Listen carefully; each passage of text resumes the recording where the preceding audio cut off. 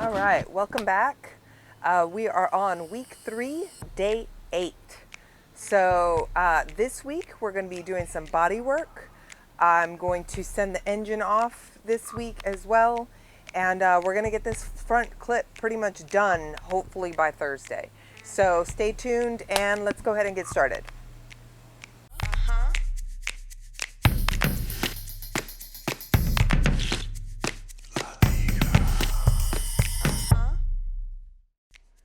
Using a heel dolly and a slapper to slap the dents out of this fender, checking and repositioning the dolly underneath to fit the curve, to straighten out this really bad repair. The tool that I'm using are a dolly and my favorite, the knurled slapper. So known as the bumping file or the shrinking slapper, used for metal shaping and smoothing lumpy metal. Ideal for polishing because it has a footprint much larger than traditional hammers, which will leave more marking. The knurled file plates will counter the natural tendency of the metal to stretch. I like saying those words, knurled slapper. Slapper? I don't even know her. It causes less damage as it spans a larger surface area than using a hammer and a dolly. The metal has been straightened. The next step is to fabricate. Taking stock of all the damage rust has caused, as you can see here, not repairable, but certainly patchable. Patterning the patch pieces out of paper, I make sure all the pieces are measured correctly and fit, trying to keep as much of the body line as possible. The front of the fender is a better example of cutting on the body line, not through the body line. So we're just cutting out the pieces that are necessary. This is one of my happy places, the fabrication room. Having the right tools gets this job done toot sweet. A couple of different metal shears, a die cutter, English wheel, brakes for bending, bead roller, and a mill. What could be better? Cutting, bending, checking the patterns for fit. The metal sheet is formed for my patches. All right, shapes are cut. Now that they're flat, I need holes, bending, shaping, and finishing. Those are the next steps. Hope this fits. The holes in place, I'll expand the holes to oval shapes using a drill bit for finishing. Bending using the brake, making sure the bends are aligned. The hardest part is figuring out which bend is made first. Doesn't King have a song, Bend and Break? I think this is what they meant. Tons of double checking the fit and getting it just right. And don't let anyone tell you that there is not a ton of work that goes into fabrication to get those crisp lines with more checking and fitting and checking and fitting. Okay, here is the moment of truth. Holes line up. Woohoo! Body line is pretty straight.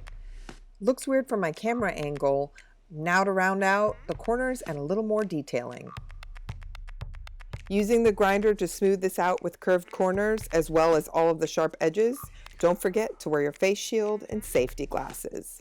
Okay, one more patch. Sandblasting like last week, the bottom grill piece is rusted through, so I'll remove the rivets by grinding them down with an angle grinder, bending this cute little bracket out of some scrap steel, drilling, and aligning the holes. There we go.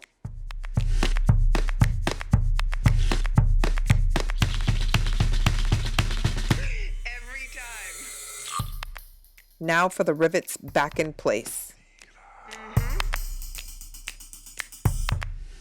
Let's get a close-up of this cutie. Done and done.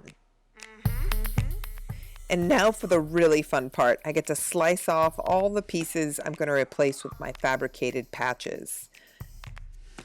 If I could only work this fast in real life, you'd be watching my last video by now. Make sure before cutting you understand what and how the panels are being held together. This wing of the fender is spot welded to the inner fender as well as folded over. The grinder made quick work of the spot weld. And here's some fun body filler that was just used to patch a rust hole instead of properly fixing it through fabrication. I was able to remove the filler blob and the bolt that was seized up with an acetylene torch, blasting with sand to clean it up. I'll show you that later. Here's some more banging around to get these random pieces straight. This is the bottom valance, always a place with a lot of damage and dents. All right, guys. So this week was a success. I was able to grind down all of these holes, make sure that we've got all of the rust spots cut off, and it's ready to be welded next week. And then we'll put some fiberglass on it, some plastic filler, and then some feather fill. So I'll see you next week. Tiger talk. So here's a little tip. When you're working on bare metal, so after I sandblasted this was bare, do not leave it overnight. Hit it with some primer as quickly as possible. Otherwise, that rust will attack your car again, and you'll have to do it again. Trust me, I've done it. Hey, thanks so much for watching the video. Don't forget to hit the subscribe button down below and also the bell notification so you don't miss out on any future videos. If you'd like to continue to see the three-eyed tiger in action anywhere in between that, you can join me on @3eyedtiger on Instagram. Thanks so much again, and I will see you next time.